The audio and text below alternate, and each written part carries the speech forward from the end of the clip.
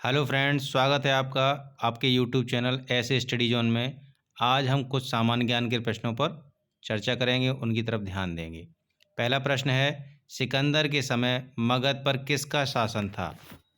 सिकंदर के समय मगध पर किसका शासन था? तो राजा थे धनानंद।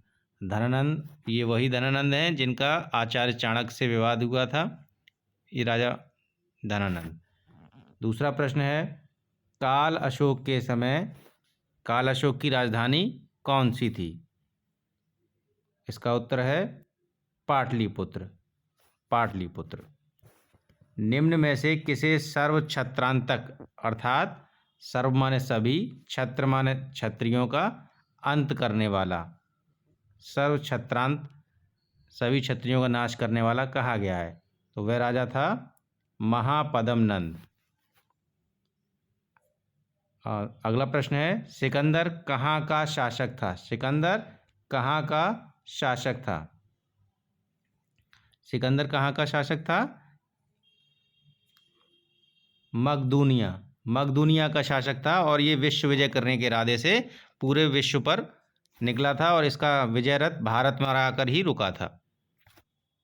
अगला प्रश्न है, सिकंदर और पोरस के बीच, ये प्रसिद्ध युद्ध हुआ था सिकंदर और पोरस के बीच, विस्तवा का और या झेलम का युद्ध कब हुआ? तो इसका उत्तर है 326 ईसा पूर्व। 326 ईसा पूर्व में ये युद्ध हुआ था, जिस युद्ध के बाद में सिकंदर वापस लौट गया था। जैन धर्म के 24वें तीर्थंकर कौन थे? 24वें तीर्थंकर और सबसे प्रसिद्ध तीर्थंकर थे महावीर स्वामी जी। इनके पहले तीर्थंकर जो थे वो आचार्य जो थे वो ऋषभ देव जी थे और 24वें तीर्थंकर थे महावीर स्वामी। महावीर ने जैन धर्म में पूर्व में प्रचलित 4 महाव्रतों में कौन सा महाव्रत जोड़ा था? इसमें अपरिग्रह, अस्तेय और अहिंसा, ये पूर्व में 3 थे और चौथा जो था उन्होंने महाव्रत जोड़ा वो था ब्रह्मचर्य। जैन धर्म में त्रिरत्न हैं। जैन धर्म में कौन कौन से त्रिरत्न हैं? तो ये जो जैन धर्म में तीनों त्रिरत्न हैं, सम्यक श्रद्धा भी है, सम्यक ज्ञान भी है और सम्यक आचरण भी है, इसलिए इसका उत्तर ये सही होगा, ये सभी। महावीर ने किस भाषा में उपदेश दिए? तो महावीर स्वामी ने प्राकृत भाषा में उपदेश दिए।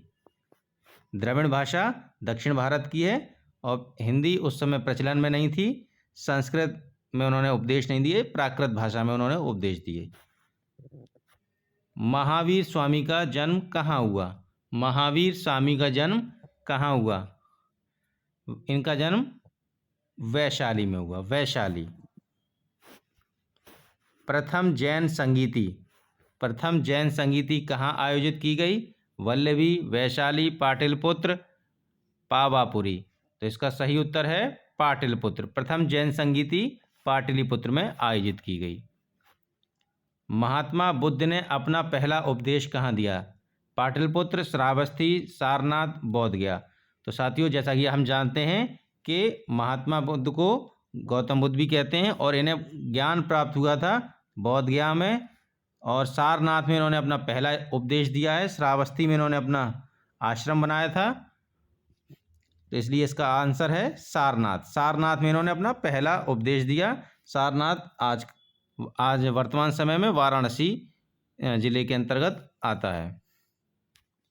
बौद्ध धर्म के त्रिरत्न हैं। बौद्ध धर्म के त्रिरत्न क्या हैं? बुद्ध, संघ, धर्म, धम्म, ये सभी। तो ये धम्म शब्द जो है ये बौद्ध धर्म का ही है, तो ये इसके त्रिरत्न हैं।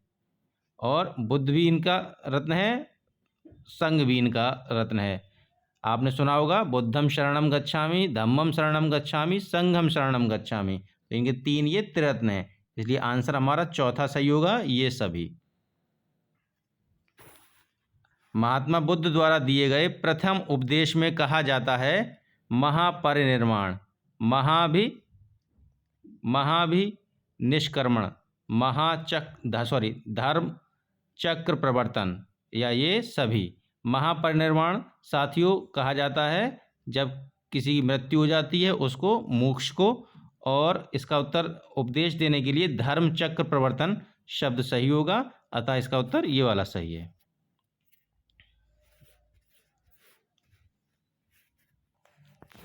बुद्ध के सर्वप्रिय शिष्य थे उपालि, आनंद, सर्वकामी, वसुमित्र। तो इनके सर्वप्रिय शिष्य थे उनका नाम था आनंद।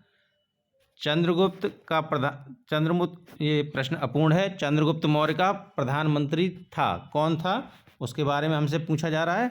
चाणक्य, मेगास्थनीज, तुशाक, उपगुप्त। तो हम जैसा कि हम जानते हैं चंद्रगुप्त मौर्य के प्रधानमंत्री, उनके गुरु, उनके मार्गदर्शक आचार्य चाणक्य थे उनके, तो वो ही उनके प्रधानमंत्री भी थे।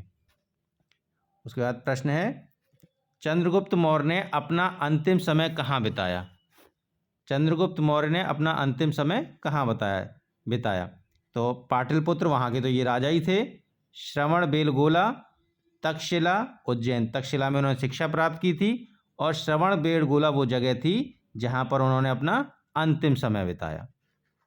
मेगास्थनीज किसका राजदूत था? मेगास्थनीज किसका राजदूत था? सिकंदर, धनानंद, सेल्यूकस, डाइमेकस। तो ये सेल्यूकस का राजदूत था, सेल्यूकस, जिसने मेगास्थनीज को चंद्रगुप्त मौर्य के समय में भेजा था। चंद्रगुप्त मौर्य अपने अंतिम दिनों में किस धर्म का अनुयायी बन गया था?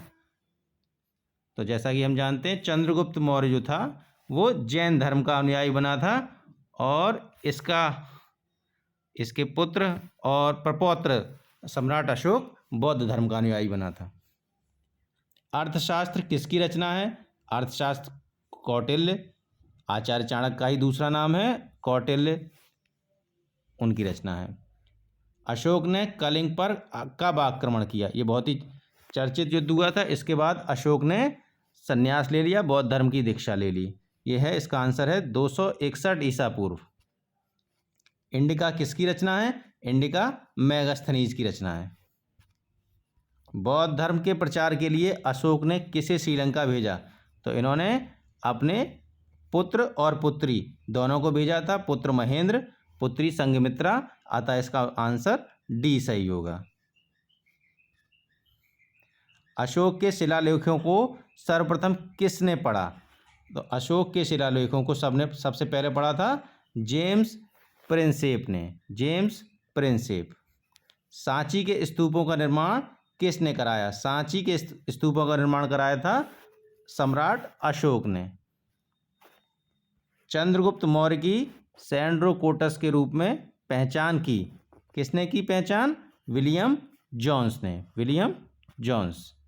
अशोक के किस शिलालेख में उसकी कलिंग विजय का उल्लेख मिलता है? तो अशोक के 13वें शिलालेख में उसके कलिंग विजय का उल्लेख मिलता है। मौर्य काल में गुप्तचरों को क्या कहा जाता था? मौर्य काल में गुप्तचरों को क्या कहा जाता था? संस्था, गूढ़ पुरुष, संचार। तो इनको गूढ़ पुरुष कहा जाता था, गूढ़ पुरुष गुप्तचर को।